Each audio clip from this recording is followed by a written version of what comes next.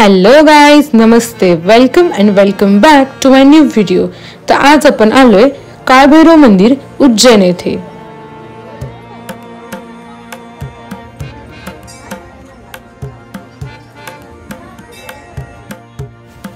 काळभैरव किंवा भैरव बाबांचं मंदिर उज्जैन येथील शिप्रा नदीच्या काठावर आहे। काळभैरव हे शहराचे संरक्षण देवता आहेत।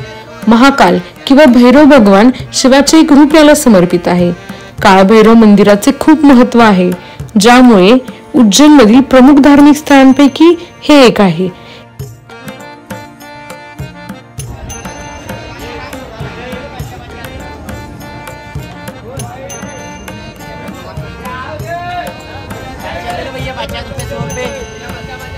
शेकडो ते हजारो भाविक दररोज कालभैरवाचा आशीर्वाद घेण्यासाठी येतात।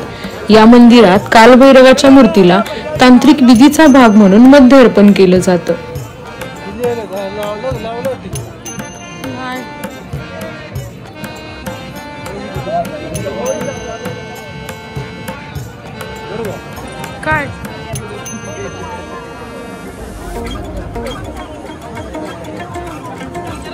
मंदिराच्या पुजाऱ्याच्या मते या मंदिराचं वर्णन स्कंद पुराणातील अवंती विभागात आढळतं।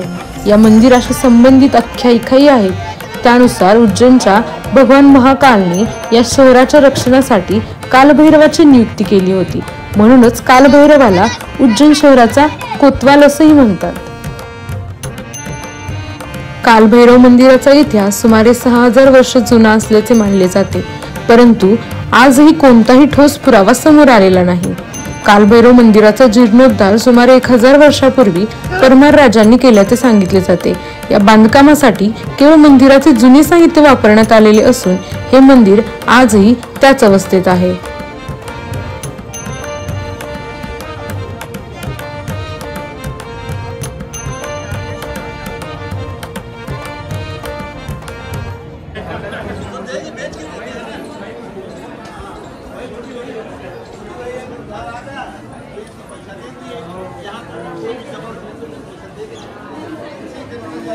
आपल्या देशात अशी अनेक मंदिरे आहेत जी आपल्या अनोख्या परंपरा आणि रहस्यांसाठी ओळखली जातात। असेच एक मंदिर मध्य प्रदेशातील उज्जैन येथे स्थित भगवान कालभैरव मंदिर आहे। या मंदिराची चमत्कारिक आणि रहस्यमय गोष्ट म्हणजे येथे असलेली कालभैरवाची मूर्ती दारूचं सेवन करते।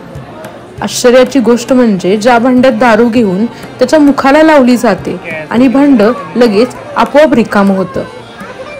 असं मानलं जातं की काही वर्षांपूर्वी हे रहस्य शोधण्यासाठी ब्रिटिश अधिकाऱ्याने बाबा कालभैरवाच्या मूर्तीभोवती बरेच उत्खनन केले होते, परंतु तरीही हे रहस्य सापडू शकले नाही।